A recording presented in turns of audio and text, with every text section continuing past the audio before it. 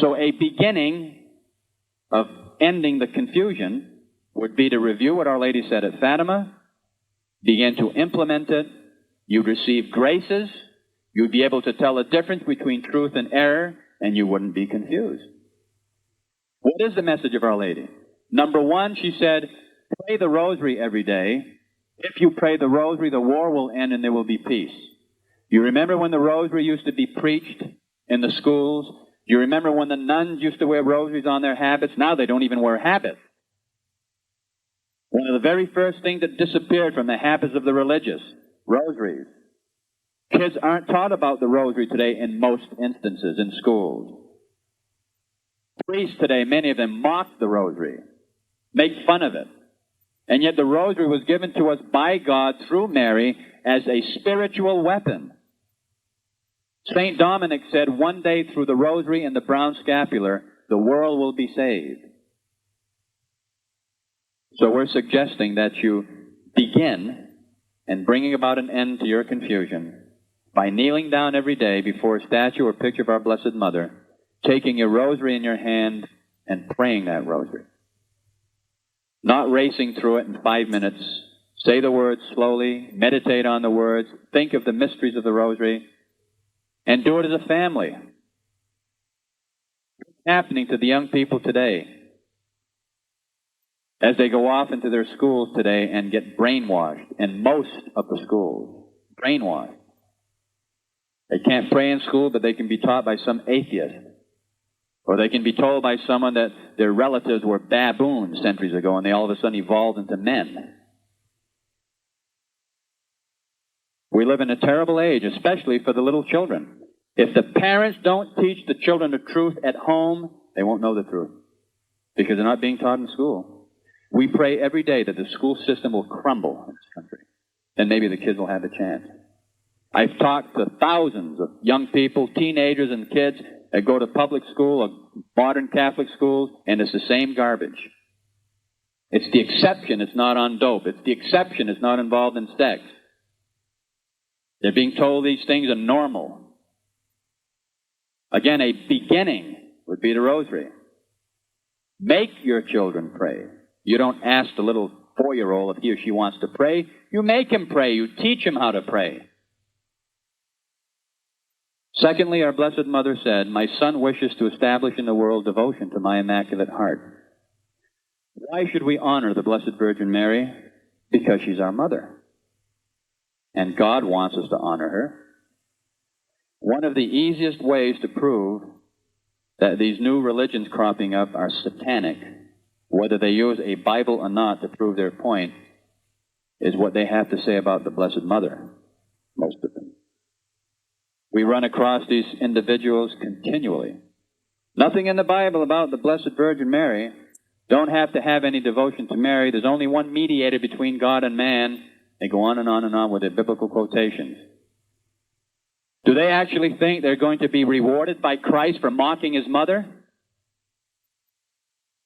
Oh, they can have pictures of the Beatles and they can have pictures of all these weirdos, but they can't have pictures of the Blessed Mother. Doesn't make sense. The fourth commandment says, honor your mother and your father. What about those that say, well, all you need is Christ. All you have to do is imitate Christ, which is true. Why don't you love his mother the way he did? Christ is our brother, right? The big B. God, he's the Son of God. We became children of God when we were baptized, adopted children of God. So we are brothers. If we're brothers, we have the same mother. And St. Louis Marie de Montfort goes so far as to say, in the degree that we honor the Virgin Mary, we don't adore her, we honor her as the mother of Christ, who is God. And in the degree that we do honor her, God will give us the graces we need to be able to persevere. And the very first page of the Bible, it says there will be enmity between thee and the woman, between thy seed and her seed. And the woman is the Virgin Mary. Christ doesn't have to battle with the devil. He's God. But Christ commissioned Mary, his mother, to be the one who would crush the head of the serpent. And Catholics were always taught about the importance of devotion. to the Blessed Virgin Mary. In the catacombs, we've been there 3 or 4 times in Rome. You can see paintings that were put there by early Christians depicting the Virgin Mary being assumed into heaven. So again, devotion to Mary goes way back to apostolic times. The brown scapular is our sign of consecration to Mary's Immaculate Heart. Again, it is a sacramental. And you remember the promise, if someone is enrolled in the brown scapular, fulfills the conditions, and dies with the scapular on, they will not suffer eternal fire. So that's number 2, devotion to Mary and her Immaculate Heart. And lastly, regarding what Our Lady said at Fatima, the solution, she showed the children a vision of hell, and she said, "Here you see hell where the souls of poor sinners go. There is no one to pray and sacrifice for them." And she asked the children if they were willing to sacrifice. The sacrifice that she was seeking is called the sacrifice of daily duty. Now, what does that mean? If you call yourself a Catholic, you must believe something. If someone came to you and said, "Why are you Catholic?" you went, "I don't know." Not a too good Catholic, are you? If someone says, "Why are you Catholic?" you should be able to say, "I am Catholic because I belong to the church that Christ founded. I believe he was the Messiah. I obey the commandments of God. And I obey all of the teachings of the church. There are rules and regulations to live by. I am going to live according to those rules and regulations. Therefore, that is why I'm a Catholic." Supposing you say that, then that means it doesn't matter what country you're from, what language you speak, what age you live in, you're going to live according to those rules and regulations. Along came the miniskirts and the hot pants and the pants and the shorts and the see-through blouses and the sleeveless dresses and the tight and modest fashion. They're being worn by Catholics. You don't have to go to the beach to find immodesty today. Go to the local so-called Catholic church. It's right there. Nuns dress immodestly today. Why did not the Catholics rebel and say, "We're not buying those styles and fashions"? Because they're immodest and they're immoral. Gee, what will people think? What's going to happen if people wind up in hell because of being concerned with what people think? God is going to judge you, not people. When Lot and his wife lived in Sodom and Gomorrah, Lot and his wife did not live like pigs like the rest of the people did.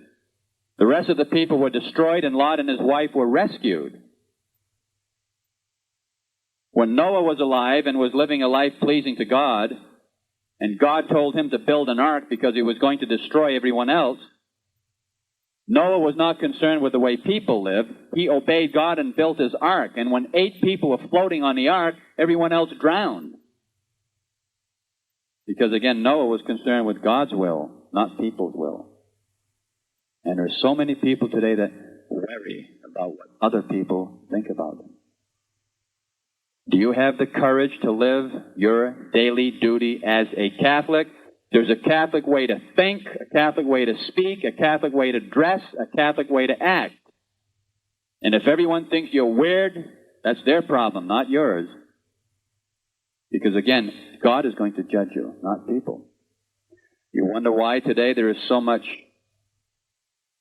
sex, unwed mothers, prostitution, girls getting pregnant at 13 and 14 years old, sins of impurity being committed, the crimes of violence in regard to sex. It's unbelievable. Today you turn on the TV set, you go to the movies, you pick up a newspaper, you read a magazine, and you see there filth, you see nudity. It's an occasion of sin to turn on the TV set today. Even when they have sports, they have the half-nude cheerleaders there. It's to the point that now when you hear the word girl or woman, you think of sex automatically. That's how it's been reduced. And we hear so much today about so-called equality. You know, it sounds a nice sounding word, isn't it? Equality. When it comes to the role of the male sex and the role of the female sex, there is a difference. God made Adam and Eve different. Sure, you know that. And he gave to man a role to fulfill, and he gave to a woman a role to fulfill. But using that word equality, listen to what the enemies of God have done. They're taking the woman out of the family, putting her into an unnatural role, telling her she can do whatever she wants to do. She's just like a man. She can dress like a man and talk like a man and act like a man. And in the meantime, families go to pot. Women dress like men today for the most part. Well, what's wrong with that? In the Old Testament, in Deuteronomy chapter 22, verse 5, it says, "It is an abomination in the sight of God for a man to dress like a woman and for a woman to dress like a man." So you argue with God if you don't agree. Do you want your teenage daughter on the basketball team with the boys, or on the wrestling team with the boys, or on the football team with the boys, or going into the boys' restrooms? That's what it's getting to. If that's what you want, you have problems. If you're not concerned with your girls, your daughters, do you have the courage to stand up and not go along with what the mob is going along with? That's part of your daily duty. Our Blessed Mother was not a man, she was a woman. She was feminine. She acted like a woman, she fulfilled her role. She wasn't a slave, she was a housewife. She cleaned house, she cooked, and she cared for her spouse, St. Joseph, and our Divine Lord. And there was a time when Catholic women used to identify with our Blessed Mother, their model. Unfortunately, today, that's not the case. If you were to go home and get rid of your shorts and pants and immodest clothes and styles and fashions and start wearing long dresses and long skirts and loose-fitting clothes, your neighbors and friends would think you had a nervous breakdown.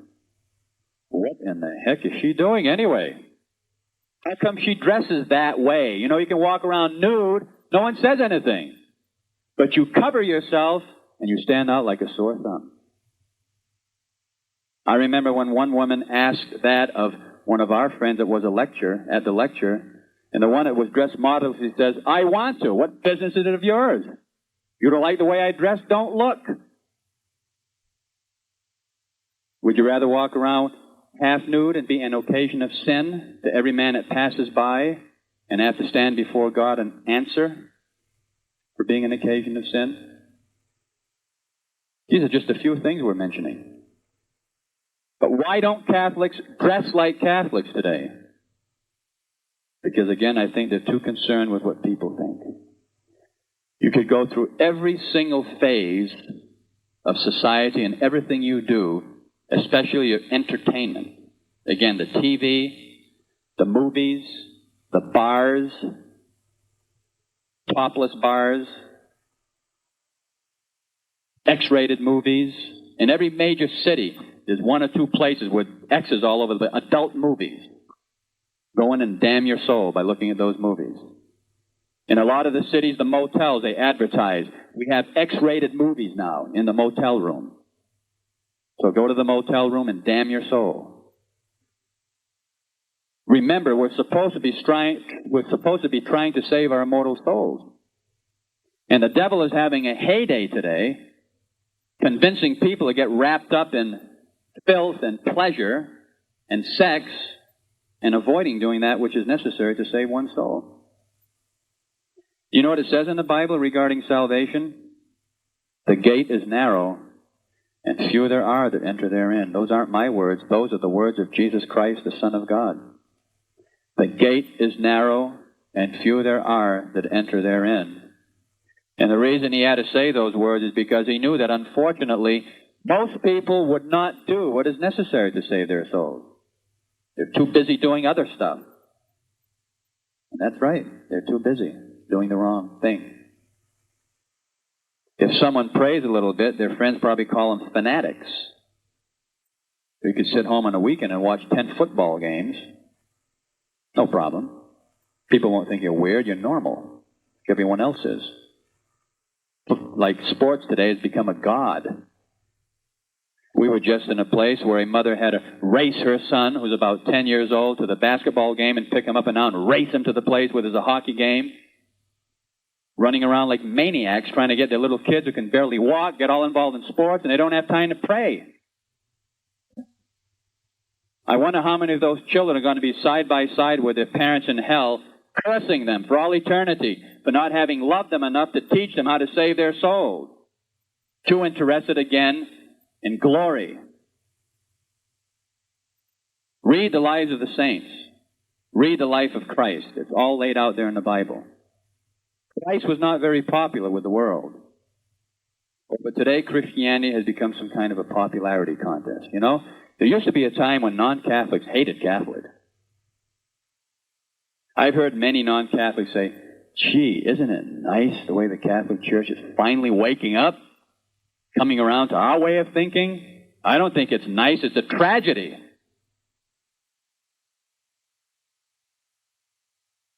Those are the three things that our Blessed Mother asked for, basically. The rosary, devotion to her Immaculate Heart, the sacrifice of daily duty. And if you did these three things and persevered, and began to investigate what we've said regarding Vatican II as opposed to the way it was before Vatican II, you would come to the conclusion, and you'd be able to prove it, that either what I'm saying is right or it's wrong. If what I'm saying is wrong, then you'll find that out in your investigation. If you don't investigate, again, I repeat, you can't make an honest statement in that regard. I'm sure some of you must be saying to yourself, wonder what the local bishop thinks about what he's saying. Or I wonder if the Pope agrees with what he's saying. Well, if the local bishop agreed with what I was saying, I'd be in the local church talking. The reason we're not is because we're attacking what the local bishop and what the local priests are doing. They are teaching a brand new religion. I don't remember how long ago it was, but in the diocese right here in Omaha, in the cathedral, there was some Episcopalian priest that was so-called consecrated a bishop in a Catholic cathedral. Now, the Episcopalian priest is a layman that wears robes. They don't even have valid orders. So here they have Catholic bishops and Catholic priests in a sanctuary letting a heretic use their church.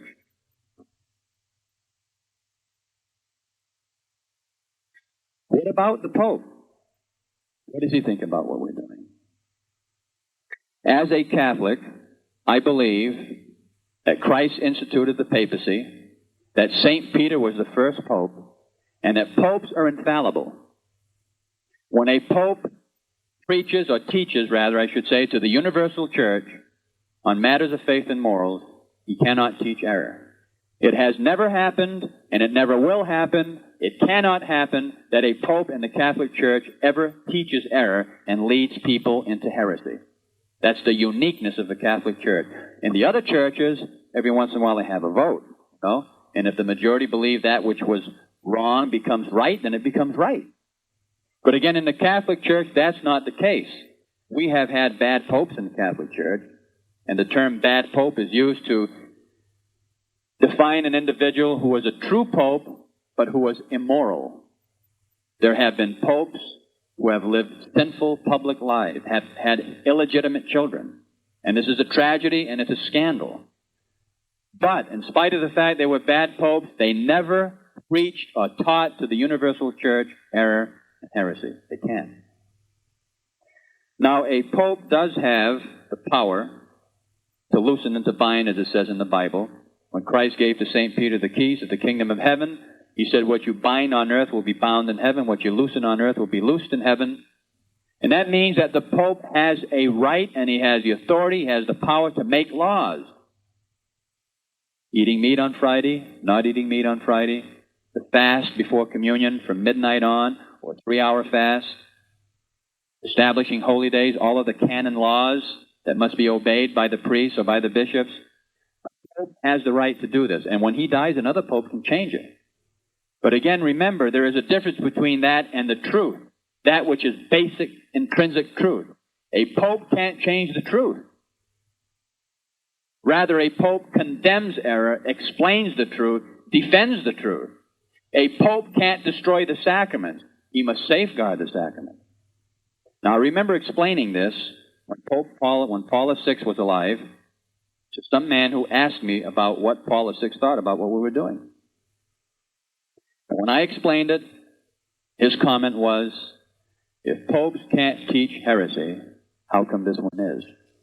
And then he sat down. And what he said was true. I couldn't deny it. I could have said, wow, is it that late already? We'll say 3 Hail Marys and go home and avoid answering the question. But that question that he asked is a question we can no longer avoid. The decrees of Vatican II have 3 basic heresies in them. That which deals with the sacraments, that which deals with the catechisms, and that which deals with interfaith. These 3 areas in the decrees of Vatican II are completely contrary to past teachings of the Church. Paul VI signed the decrees of Vatican II. Therefore, we must say the Catholic Church can teach heresy. A pope can teach heresy. Or we have to say the Catholic Church is a farce. Or we'd have to conclude that Paul VI was not a true pope. How can you say that? He's a heretic because he said Paul VI is not a true pope. Did you know that there were at least 48 anti-popes in the history of the Church? If you don't believe me, do it right when you get home tonight. If you have an old Catholic encyclopedia, look up the word papacy. You'll find the name of St. Peter and go right through the ages, and you will find the names of some of those popes written in italics, or a little asterisk by the side of the name. And on the bottom of the page it'll say, these men were anti-popes. Were not true popes. Why were they not true popes? There was an impediment in their election. You remember at one time there were 3 popes at the same time at one point in history? During the Great Western Schism, 3 popes at the same time. There can't be 3 popes at the same time. It's happened on different occasions when a pope has been put to death or martyred for 2 or 3 or 4 years. There was no pope. And finally another pope was elected. What did the Catholic Church do? Cease to exist during those 2 or 3 years? I remember reading some documentation by a Mexican priest whose name was Father Sainz on the background of Paul VI, and he has books, thick books written on the heresies of Vatican II and the heresies of Paul VI. He has a picture of Paul VI who is wearing not the cross worn by a bishop, but rather the ephod of Caiaphas, which is worn by the Jewish high priest when he officiates. It's a rectangular ornament with 12 stones on it that represents the 12 tribes of Israel. And this priest came to the conclusion that Paul VI was a false pope. And he compared him with a false pope whose name is Anacletus II. Now, who is Anacletus II? Anacletus II was a falsely converted Jew. The terminology used is a Marrano Jew. Infiltrated the church for the purpose of destroying the church. He did not destroy the church. He infiltrated. And for 8 years he sat on the chair of Peter at Rome as Pope Anacletus II, and he wasn't even a Catholic. Say, wow, that's wild. It happened. Well, Paul VI is dead. And now we have John Paul II. And he's so popular. He's going all over the world, and there are millions of people turning out, and they all like him. The Jews like him. The Protestants like him. He can go into a communist country. I heard he's going to Moscow. Now, there was a time when the Jews and the communists and the Protestants hated the Pope. But now all of a sudden it's different. As popular as he may be, we have a popular anti-pope because he promotes Vatican II also. The only ones that are unpopular with him are those who refuse to change.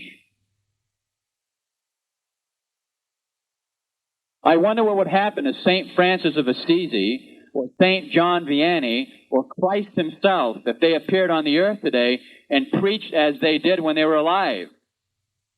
They'd probably be told, you're going against Vatican II, Christ.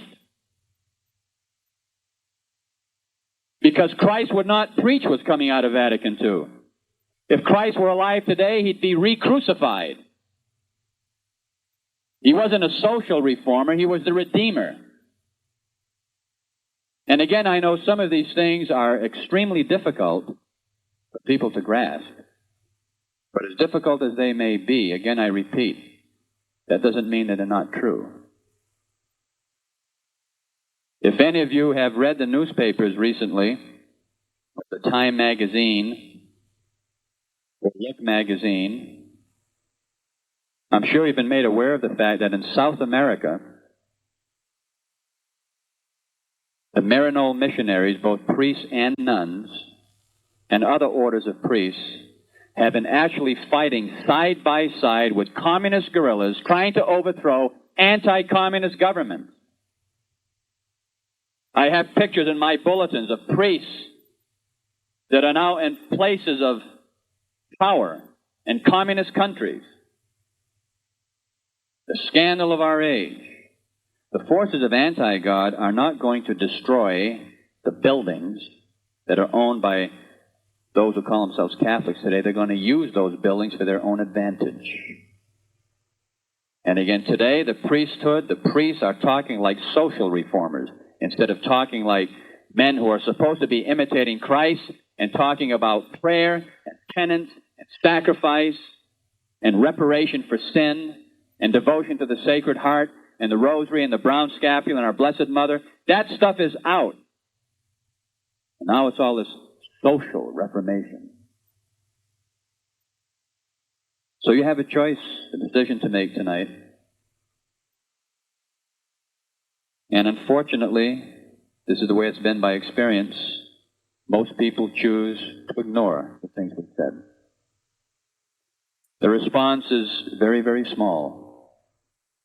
And humanly speaking, it's really heart-rending. But again, our daily duty is to do what we're doing. The rest is up to you and God. And if you go your way without looking into the things we've said, don't blame me if you end up in hell. Don't try standing before Christ and saying, there was no way that I could have known what was going on. No one ever told me. Again, most people don't care enough about their faith, evidently, to look into it. I remember some man coming up to me in St. Paul and he said, you know, I agree with what you're saying, but there's no way that I can live that way. Isn't that something? No way. Do you know that I've had priests, and I'm not the only one, I've had priests come to me and tell me that they knew their Mass was not a valid Mass, and they still say it. We have a priest living with us that's from Omaha. His name is Father Clement Kubesh. I don't know if any of you knew him. He's 76 years old. Been a priest for over 40 years. And when he stood up to his bishop in this diocese some years ago, when his bishop was putting the pressure on him, I read the letter the bishop wrote him. He says, you are the scandal of the diocese because you're not going along. Then the next day there's a picture of that bishop walking down the aisle with two mini-skirted girls carrying guitars. Who's the scandal of the diocese? And when Father Clement was put on the spot by that bishop, and Father said, I'm not going along.